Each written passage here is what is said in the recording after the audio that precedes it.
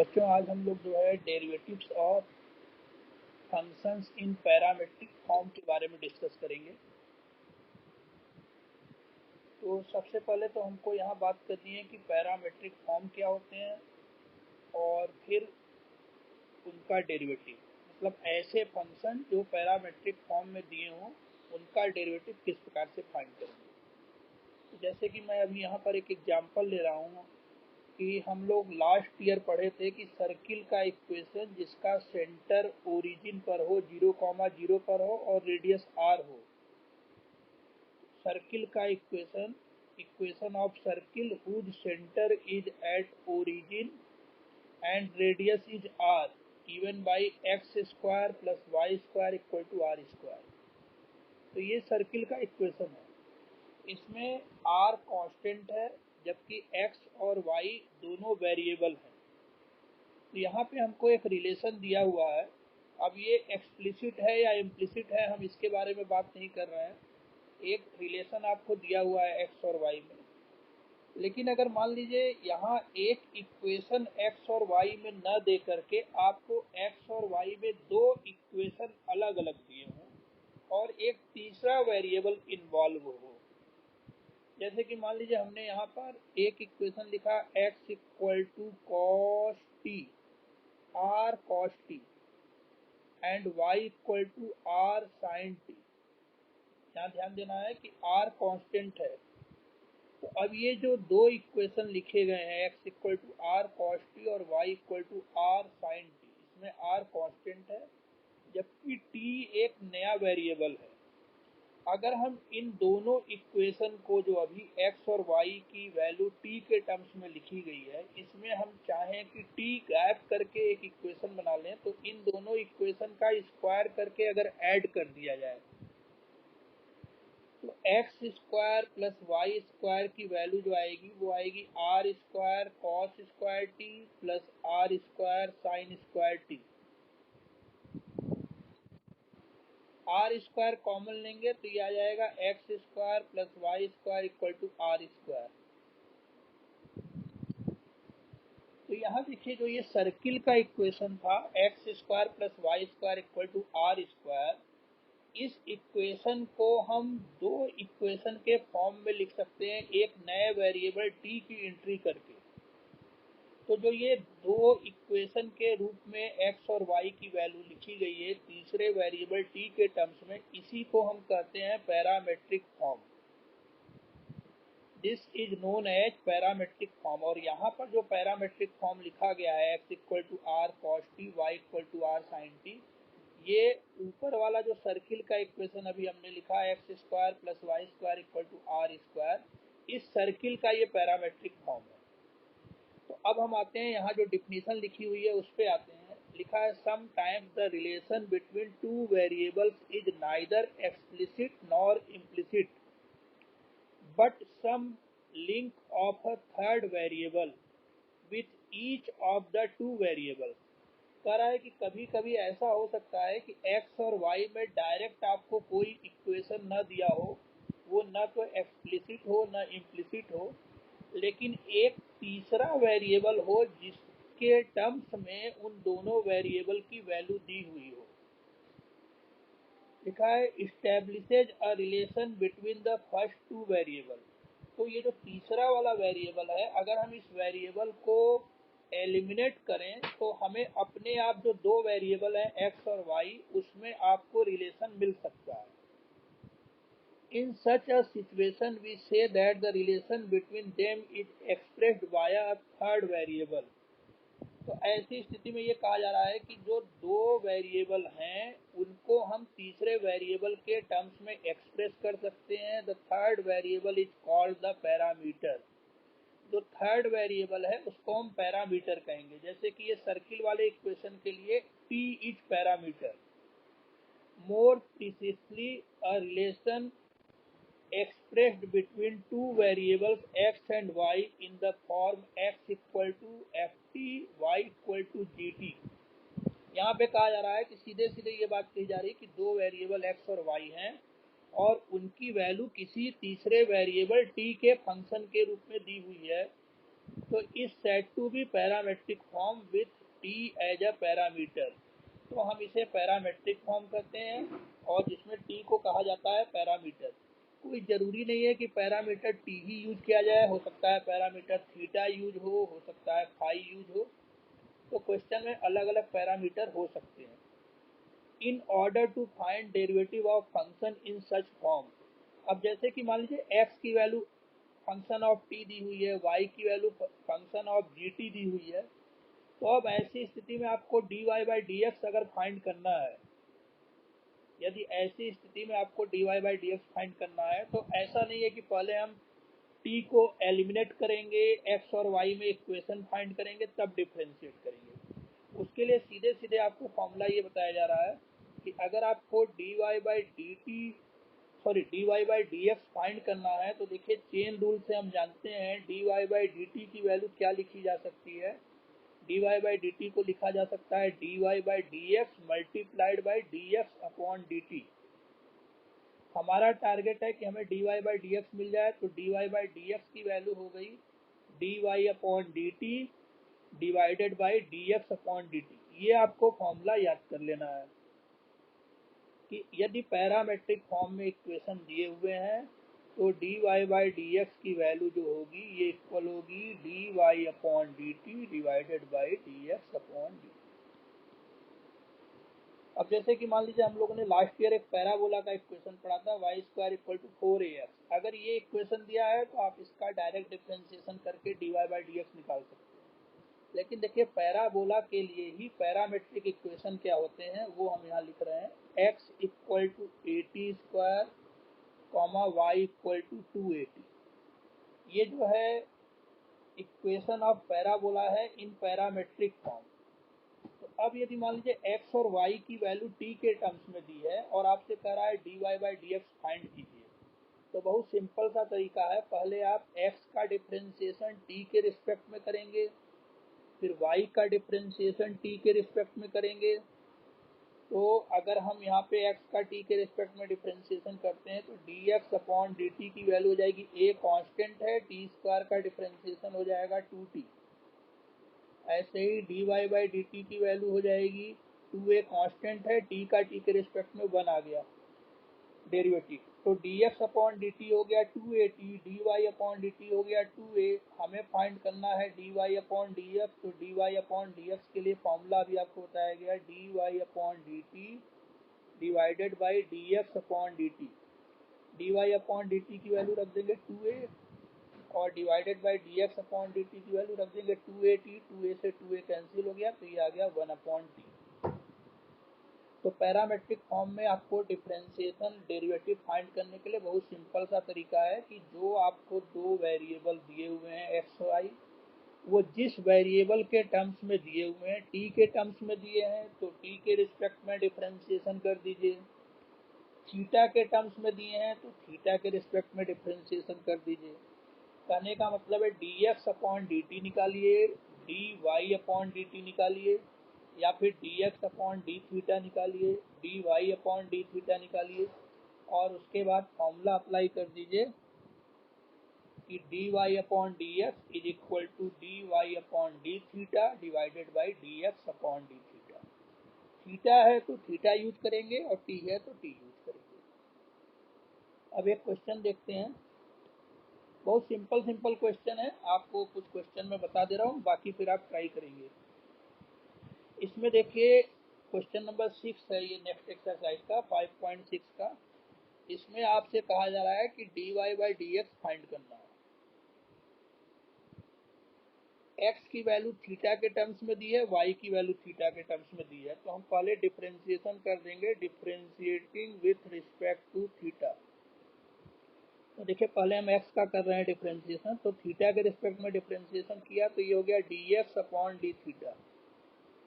a multiply है और constant है इसलिए बाहर आ गया। अब हम यहाँ डिफरेंशिएशन करेंगे थीटा का, थीटा के रिस्पेक्ट में लिख देते हैं, चलिए D theta of theta minus D theta of sine theta. तो ये हो गया a in bracket D theta upon D theta will be 1 and D theta of sine theta will be cos theta. तो ये वैल्यू आ गई dx upon D theta की। अब यहाँ y का डिफ्रेंसिएशन लिख रहे हैं, ये हो गया dy upon D theta. A constant है, हमने बाहर लिख लिया, ये हो गया D theta of 1 plus D theta of cos theta. तो dy बाई डी थीटा की वैल्यू हो गई A D theta of 1 constant है, इसका डेरिवेटिव हो गया 0, कॉस थीटा का डेरिवेटिव हो गया माइनस साइन थीटा। तो dy बाई डी थीटा की वैल्यू आ गई माइनस ए साइन थीटा। अब हमें निकालना है dy बाई डी एक्स। तो dy बाई डी एक्स का फॉर्मूला हो गया dy upon D theta divided by d x upon D theta. Value put up करेंगे, dy बाई डी थीटा की वैल्यू है minus A sine theta divided by A into 1 minus cos theta. Thank you Arsalan. इसमें देखिए cos theta का जो 3 formula था उसमें से पहला फॉर्मूला मैंने गलती से, ये पहला फॉर्मूला होगा 1 minus 2 sine square theta by 2, और दूसरा जो फॉर्मूला था वो था 2 cos square theta by 2 minus 1, और साइन थीटा का एक फॉर्मूला है 2 sine theta by 2 into cos theta by 2। तो अब हम इसको यहाँ पुटअप कर रहे थे, तो a की जगह a हो गया 1 माइनस कॉस थीटा की वैल्यू, जब ये पहली वाली वैल्यू पुटअप करेंगे तो हो जाएगा -1 plus 2 sine square theta by 2। a से a कैंसिल हो गया, ये हो गया -2 sine theta by 2 into cos theta by 2, bracket में 1 से -1 कैंसिल हो गया, ये आ गया 2 साइन स्क्वायर थीटा बाई 2। फिर 2 से 2 कैंसिल, साइन से एक पावर कैंसिल, तो minus cos upon sine will be minus cot theta by 2। तो इस तरह से हम लोग इसका डेरिवेटिव फाइंड कर सकते हैं। नेक्स्ट क्वेश्चन देखेंगे, क्वेश्चन नंबर 8। इसमें x और y की वैल्यू दी हुई है t के टर्म्स में, हमें dy by d x find करना है। तो सबसे पहले डिफ्रेंशिएशन करेंगे, differentiating with respect to t। t के टर्म्स में दिया है, तो अब की बार हम लोग t के रिस्पेक्ट में डिफ्रेंशिएशन करेंगे। तो ये आएगा dx upon dt is equal to a constant है, बाहर आ गया, ये हो गया d dt of cos t plus d dt of log tan t by 2। Cos t का t के रिस्पेक्ट में डिफ्रेंशिएशन हो जाएगा साइन माइनस साइन t। अब log tan t बाई 2 का करेंगे तो ये हो जाएगा पहले 1 upon tan t by 2, log x का 1 अपॉन x होता है, तो log tan t बाई 2 का हो गया 1 अपॉन tan t बाई 2। अब tan t बाई 2 का करेंगे तो ये हो जाएगा sec square t by 2। tan x का सेक स्क्वायर x होता है, इसलिए tan t बाई 2 का हो गया सेक स्क्वायर t बाई 2। अब हम इस t बाई 2 का डिफ्रेंशिएशन करेंगे t के रिस्पेक्ट में, तो t का t के रिस्पेक्ट में 1 होता है, इसलिए ये बच गया 1 बाई 2। ये स्टेप थोड़ा ध्यान से देख लीजिएगा, कहीं डाउट हो तो फिर से पूछ सकते हैं। a हो गया, फिर यहाँ हो गया माइनस साइन t। अब जो टर्म्स यहाँ पे लिखे हुए हैं इनको सबको हम साइन कॉस में बदलने जा रहे हैं। तो देखिए tan की वैल्यू साइन अपॉन कॉस होती है, तो ये हो गया sine t upon 2 divided by cos t upon 2। तो कॉस t अपॉन 2 न्यूमरेटर में चला गया। सेक स्क्वायर t बाई 2 की वैल्यू हो जाएगी 1 upon cos square t by 2। 1 upon 2 में जो 2 है उसको हमने साइन के आगे लिख दिया।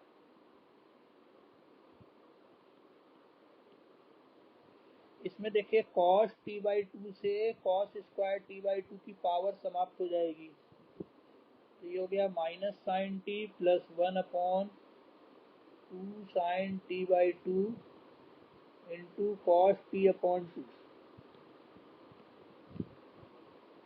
अभी पिछले क्वेश्चन में हम लोगों ने फॉर्मूला लिखा था साइन टी का, तो ये 2 sine t upon 2 cos t upon 2 हो गया साइन टी।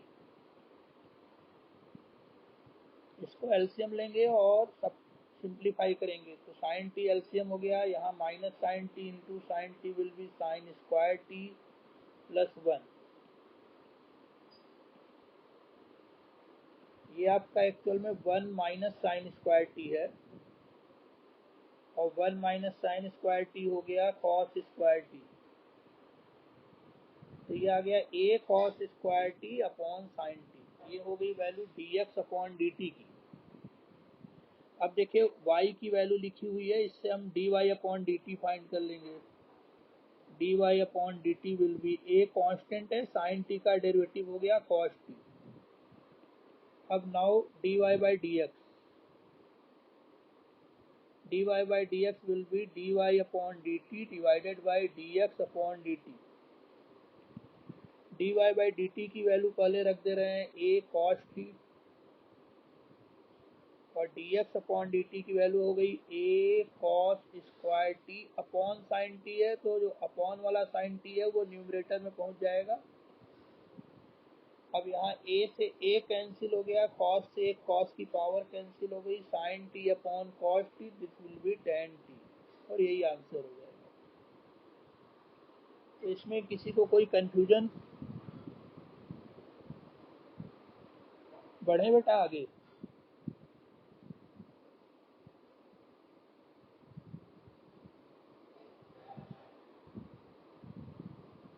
चलिए नेक्स्ट क्वेश्चन देखिए, आप लोग की तरफ से कोई रिप्लाई नहीं आ रहा, रिप्लाई किया कीजिए थोड़ा, यस नो जो भी है।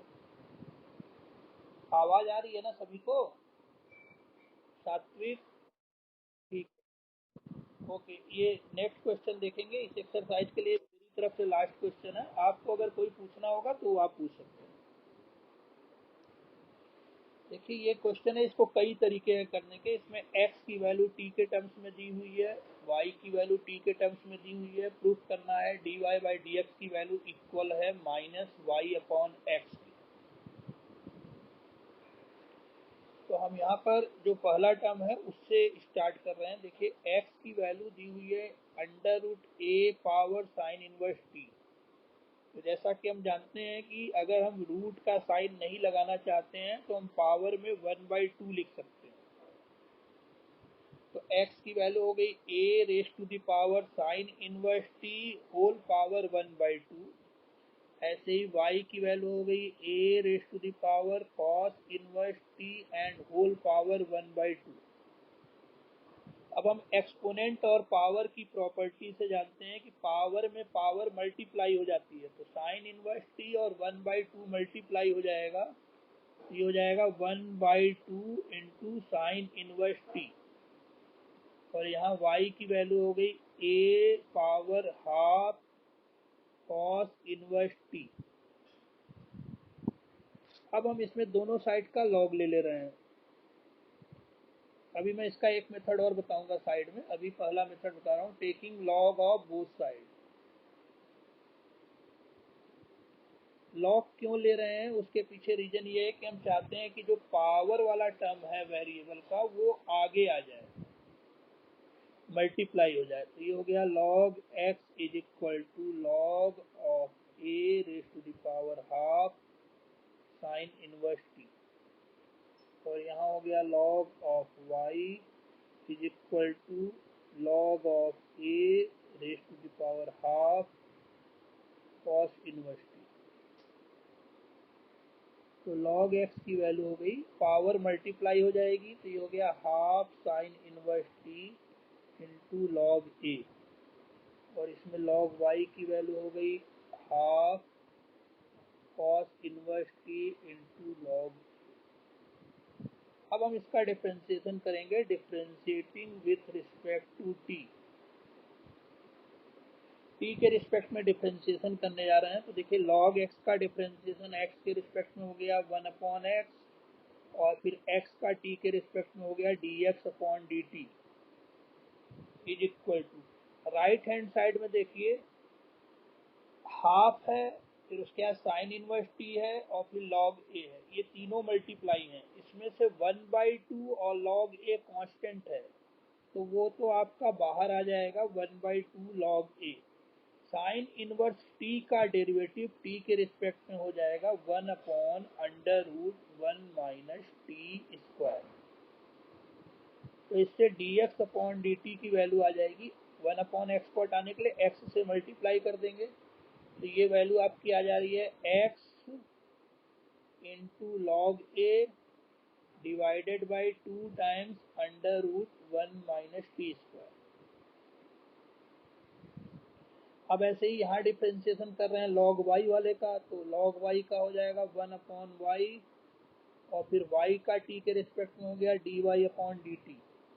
इसमें भी हाफ log a कांस्टेंट है, इसको आगे लिख लीजिए। cos इनवर्स t का डिफ्रेंसिएशन होगा t के रिस्पेक्ट में -1/√1 माइनस टी स्क्वायर।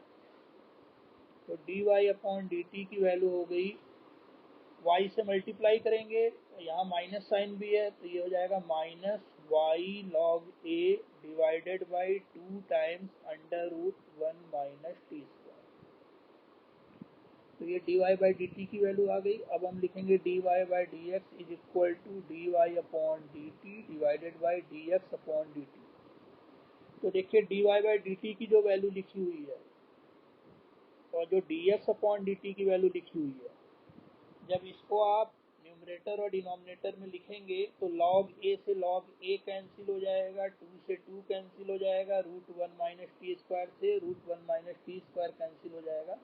तो न्यूमरेटर में बचेगा केवल -y और डिनोमिनेटर में बचेगा केवल x। यही आपको प्रूफ करना है। तो ये क्लियर हो गया सभी को बच्चों? उत्कर्ष, अक्षा, आयुष, हाँ बोलो बेटा।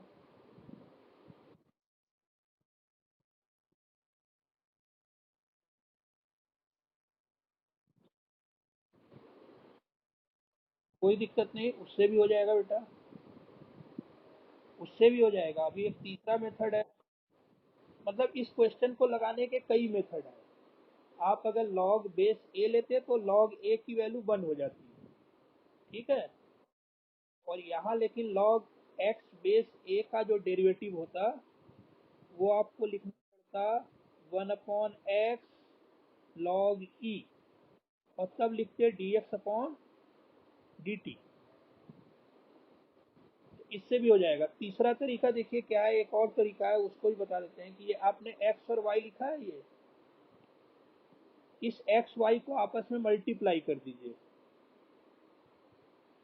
x और y को मल्टीप्लाई कर दीजिए। मान लीजिए हमने x और y को मल्टीप्लाई किया, तो x इंटू वाई की वैल्यू देखिए क्या आ जाएगी। यहाँ था a power half sine inverse t into a power half cos inverse t। ये x इंटू वाई हो गया a पावर, दोनों का बेस सेम है, मल्टीप्लाई है, इसलिए पावर ऐड हो जाएंगी, तो ये हो जाएगा half sine inverse t plus half cos inverse t। और ये आपका हाफ कॉमन लेंगे तो ये ब्रैकेट में हो जाएगा sign inverse t plus cos inverse t। और जैसा कि इनवर्स ट्रिग्नोमेट्रिक फंक्शन में हमने पढ़ा था, sine inverse x plus cos inverse x पाई/2 होता है, तो ये हो गया हाफ इंटू पाई/2। तो अब ये जो राइट हैंड साइड वाली क्वांटिटी है ये हो गई कांस्टेंट। अब हम इसका सीधे डिफ्रेंसिएशन कर दें, differentiating with respect to x।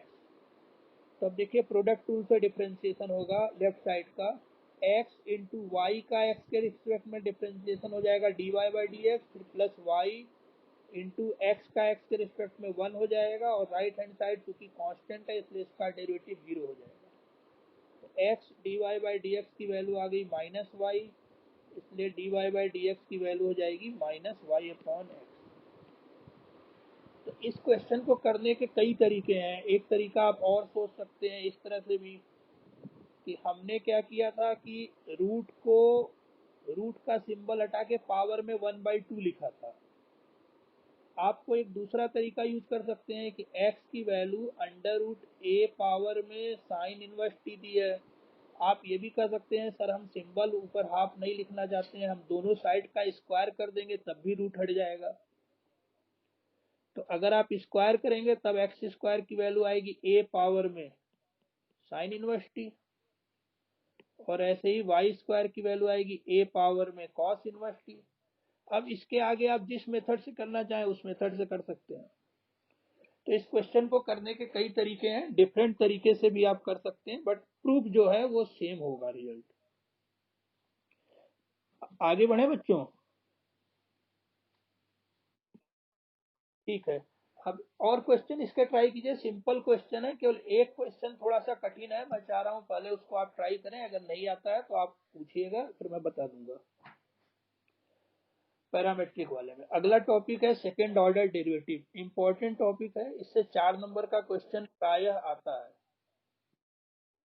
देखिए अभी तक हम लोग जो डेरिवेटिव फाइंड कर रहे थे, जैसे मान लीजिए y की वैल्यू एफ एक्स के इक्वल है, तो इसका जो डिफ्रेंसिएशन किया हमने x के रिस्पेक्ट में, तो dy बाई डी एक्स की वैल्यू मिल गई, एफ एक्स का डेरिवेटिव एफ डैश एक्स लिख दिया।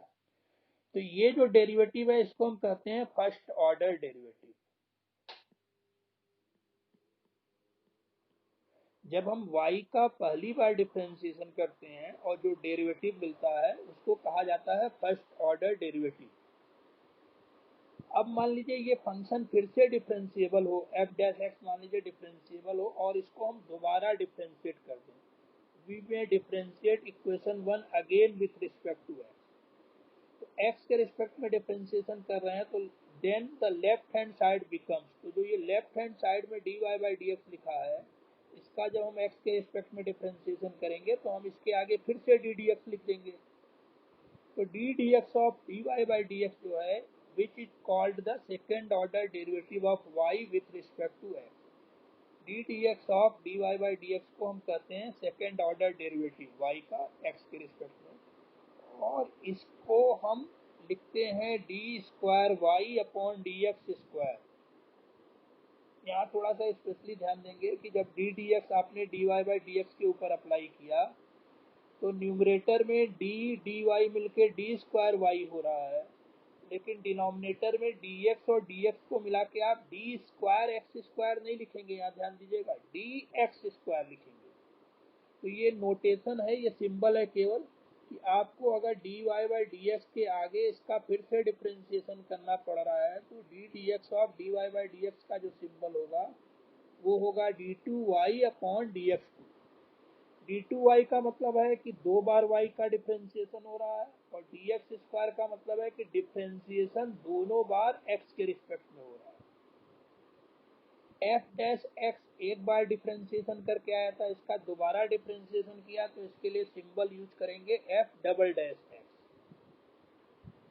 अब देखिए इसकी जगह कुछ और सिंबल भी यूज किए जाते हैं, आप चाहें तो जैसे डी डी एक्स को सिंपली डी भी लिख सकते हैं, कैपिटल डी, ऐसे ही d square upon d x square को सिंपली कैपिटल डी स्क्वायर भी लिख सकते हैं।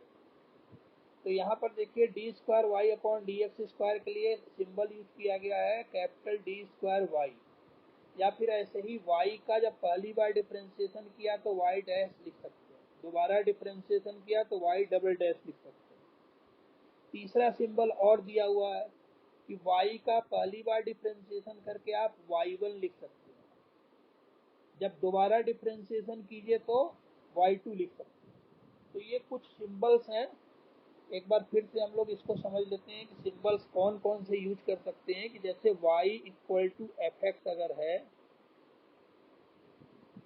y अगर एफ एक्स के इक्वल है, तो फर्स्ट ऑर्डर डेरिवेटिव में क्या क्या सिंबल हो सकते हैं। देखिए जो सिंबल हम लोग यूज करते आ रहे हैं वो एक है d d x of y, या एफ डैश एक्स, या फिर वाई डैश, या फिर वाई वन, और या फिर कैपिटल डी वाई। अब मान लीजिए इसका हमने फिर से डिफरेंशिएशन कर दिया सेकेंड ऑर्डर डेरिवेटिव,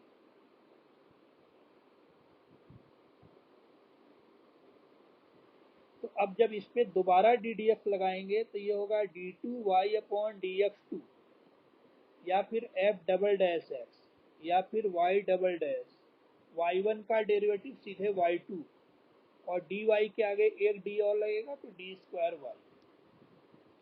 तो इस पे जैसे बहुत सिंपल सी क्वेश्चन की बात करें कि मान लीजिए आपके पास एक क्वेश्चन है, if y equal to a sine x plus b cos x, तो हमें d two y upon d x two plus y equal to zero ये प्रूफ करना है। बहुत सिंपल सा तरीका है, बहुत आसान क्वेश्चन है। आप एक्स के रिस्पेक्ट में डिफ्रेंसिएशन कीजिए, d y by d x लिखिए, ए बाहर आ गया, साइन एक्स का डी डी एक्स हो जाएगा कॉस एक्स, फिर कॉस एक्स का डी डी एक्स हो जाएगा माइनस साइन एक्स, तो ये हो गया माइनस बी साइन एक्स। अब इसका फिर से डिफ्रेंसिएशन कर देंगे एक्स के रिस्पेक्ट में, तो जब दोबारा डिफ्रेंसिएशन करेंगे तो यहाँ सिंबल होगा d two y upon d x two. A sine x का डिफ्रेंसिएशन कॉस एक्स का भी बताया था माइनस साइन एक्स होता है, तो यहाँ जब माइनस साइन एक्स लिखेंगे तो ये हो जाएगा माइनस ए साइन एक्स, फिर साइन एक्स का डेरिवेटिव हो जाएगा कॉस एक्स, हम इसमें से माइनस कॉमन ले सकते हैं, तो ये d two y upon d x two की वैल्यू आ गई इतनी। साइन और कॉस की ये खासियत होती है कि दो बार डिफ्रेंसिएशन करने के बाद फिर ओरिजिनल वाला आ जाता है। तो देखिए जो ये राइट साइड में लिखा हुआ है ब्रैकेट में, ये एक्चुअल में y के इक्वल है, तो ये हो गया माइनस वाई, माइनस वाई को लेफ्ट साइड में ट्रांसफर कर दिया तो d two y upon d x two plus y equal to b, यही प्रूफ करना था। तो अब सेकेंड डेरिवेटिव पे कुछ क्वेश्चंस और देख लेते हैं, एक दो। देखिए ये क्वेश्चन है, एक आया हुआ क्वेश्चन है ये बोर्ड एग्जाम में। इसमें आपसे कहा जा रहा है कि if y equal to 3 times cos of log x plus 4 times sine of log x so that x square y two plus x y one plus y equal to zero. Question में नहीं दिया हुआ है कुछ, लेकिन आपको अपने आप समझ जाना है कि y1 का मतलब है d y by d x और y2 का मतलब है d two y upon d x two. तो जैसा क्वेश्चन दिया रहेगा हम उसी तरह का सिंबल यूज करेंगे। तो अब देखिए करेंगे क्या, इसमें पहले लिखेंगे differentiating with respect to x. तो जब हम डिफ्रेंशिएट करेंगे एक्स के रिस्पेक्ट में तो y का डिफ्रेंशिएशन तो d y by d x होता है, लेकिन क्वेश्चन में सिंबल y1 दिया है, इसलिए हम y का डिफ्रेंशिएशन करके सिंबल लिखेंगे y1। अब राइट साइड में आइए, 3 कांस्टेंट है बाहर ले लीजिए, कॉस लॉग एक्स का डिफ्रेंशिएशन करना है, तो पहले D d x of cos x के फॉर्मूले से ये माइनस साइन एक्स होता है, तो d d x of cos log x की वैल्यू होगी माइनस साइन लॉग एक्स। अब हम इस लॉग एक्स का डिफ्रेंशिएशन करेंगे, लॉग एक्स का डिफ्रेंशिएशन होगा 1 अपॉन एक्स, तो ये अपॉन में एक्स आ गया। अब ऐसे ही इसका करेंगे 4 साइन लॉग एक्स का डिफ्रेंशिएशन, पहले लॉग एक्स के रिस्पेक्ट में होगा कॉस लॉग एक्स और फिर लॉग एक्स का होगा 1 अपॉन एक्स। इस स्टेप में किसी को कोई डाउट? अब देखिए आपको करना ये है कि x से मल्टीप्लाई कर दीजिए दोनों साइड को। एक ही दो बच्चे रिप्लाई करते हैं, बाकी बच्चे लग रहा है पबजी खेलने लगते हैं। Multiplying by x x into y one is equal to minus 3 times sine log x plus 4 times cos log x. अब देखिए इस स्टेप के बाद अब आपको करना ये है कि डिफ्रेंशिएशन कर देना है, फिर से differentiating with respect to x. X के रिस्पेक्ट में दोबारा डिफ्रेंशिएशन करेंगे। लेफ्ट साइड में दो फंक्शन है मल्टीप्लाई, इस पे प्रोडक्ट टूल लगेगा, प्रोडक्ट टूल लगाएंगे तो आएगा फर्स्ट फंक्शन एक्स और y1 का डिफ्रेंशिएशन हो जाएगा y2, y1 का जो डेरिवेटिव होगा वो हो जाएगा y2, फिर प्लस, अब सेकंड फंक्शन लिख लेंगे y1 और x का डेरिवेटिव x के रिस्पेक्ट में आ जाएगा 1, is equal to, right side में हम लिखेंगे -3 टाइम्स साइन लॉग एक्स का डेरिवेटिव होगा पहले कॉस लॉग एक्स और फिर लॉग एक्स का हो जाएगा 1/x, तो इसलिए अपॉन में x लिख दिया हमने। फिर आगे बढ़ेंगे, 4 लिख लिया, कॉस लॉग एक्स का होगा माइनस साइन लॉग एक्स, इसलिए यहाँ प्लस की जगह माइनस हो जाएगा, ये हो गया साइन लॉग एक्स और फिर लॉग एक्स का 1/x। फिर से देखिए राइट हैंड साइड में x है, डिनोमिनेटर में मल्टीप्लाई कर देंगे, मल्टीप्लाइंग बाई x से मल्टीप्लाई करेंगे तो देखिए लेफ्ट साइड में आ जाएगा x² y2 plus x y1 is equal to -3 times cos log x minus 4 times sine log x हट जाएगा, ब्रैकेट लगा के माइनस कॉमन ले लीजिए तो ये दोनों टर्म प्लस हो जाएंगे, तो ये हो जाएगा x² y2 plus x y1 is equal to minus, bracket में जो वैल्यू लिखी हुई है ये आपको क्वेश्चन में दी हुई वैल्यू है जो कि y के इक्वल है, तो इसकी जगह हो गया -y, इसको आप लिख सकते हैं फ्रॉम इक्वेशन 1, और -y को ट्रांसफर कर दीजिए तो ये हो जाएगा x² y2 plus xy1 plus y equal to. तो इसको आप फिर से देख सकते हैं एक बार, बहुत सिंपल सा क्वेश्चन है, एक बार डिफरेंशिएशन किया x के रिस्पेक्ट में तो जो राइट साइड में अपॉन में x आया है उसको हटाने के लिए x से क्रॉस मल्टीप्लाई कर दिया, और फिर दोबारा डिफरेंशिएशन किया, फिर से राइट साइड में अपॉन में x आया उसको हटाने के लिए x से पूरे इक्वेशन को मल्टीप्लाई कर दिया, माइनस कॉमन लिया तो हमने देखा ओरिजिनल वाला दिया गया फंक्शन y आ गया राइट साइड में, ट्रांसफर किया और रिक्वायर्ड रिजल्ट। ठीक है बच्चों, आज के लिए अभी इतना ही, बाकी क्वेश्चन सब हम लोग नेक्स्ट पीरियड पे डिस्कस करेंगे, कहीं डाउट होगा उसको आप पूछ सकते हैं।